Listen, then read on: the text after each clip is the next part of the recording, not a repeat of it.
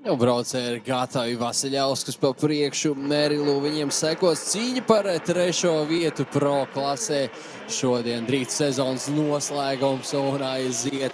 Vasiļauskas pa priekšu, Merilu viņiem seko. Tūlīt arī iemeties pirmajā līkumā. Ļoti laicīgs Sanslīdveids. Vasiļauskas, jāturpina tādā pašā stilā līdz pat beigām. Tur ļoti tuvu arī Merilu.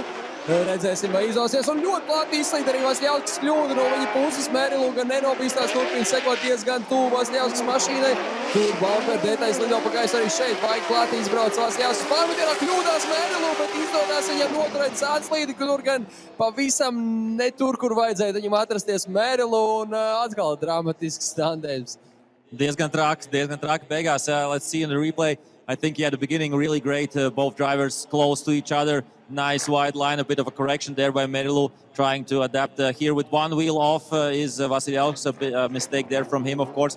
Merilu tries to adapt to that, and up until this moment, everything was going well. And here, to avoid, I think, contact there, Merilu had to, make a bit of a change there in his direction. But still, both managed to get to the front. Wow, that was amazing. Tik skaisti pretī trīvīnēm, tik tuvu viens otram bija.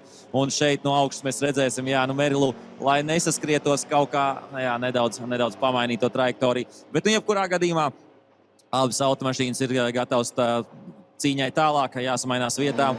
Un, protams, pie starta būs jāapskatās, vai tur kaut kāds detaļas nekrīt nost, varbūt kaut kas jāpielīmē, varbūt kaut kas jānoņem nost. Un tad varēsim turpināt tūliņ ar otro daļu. So, of course, at the start, our judge will see, our starting judge we'll see if nothing falls off the cars and check that twice. And we'll be ready for the second part between Greg Merilu and Andrijus Vasiļauskas. Protams, jāpiekārto nedaudz trasi. Redzējām, tur pat viens pilons aizlidoja pamatīgi aiz šīs riepu sienas, bet trase ir gatava. Tur arī darbinieki visi pamet trasi un domāju, ka tūlīt arī varēsim laist viņus. Tur vēl jāaplūko, protams, automašīnas, vai viss ir savās vietās un droši nostiprināts. Un mums ir arī apstiprinājums, ka viss tur ir kārtībā. Līdz ar to pievēršamies otrajam braucienam. Tagad pa priekšu Merilu un sekos Vasiļauskas.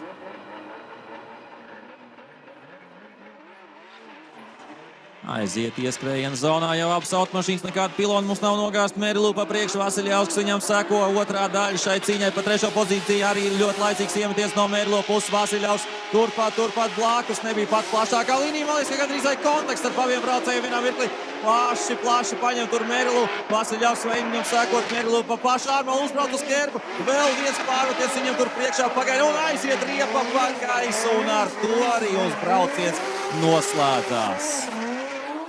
Brīdī, kad šajā līkumā nāk ar riteņiem izgrieztiem uz otru pusi, es biju gatavs pabūt malā diezgan tālu, bet apsveicam, ka Greg Merilu izdevās savākties un neietriekties šajā ārmā lecošajā riepu sienā un redzam, tur pamatīgs sitiens par šo saliņu tālāk. Let's take a look again in the replay. We can see Merilu pushing it and Vasiļauskas right there. And let's take a look at Merilu's front wheels just turning the opposite side and still managing to keep it together. That's crazy. And of course, here hitting that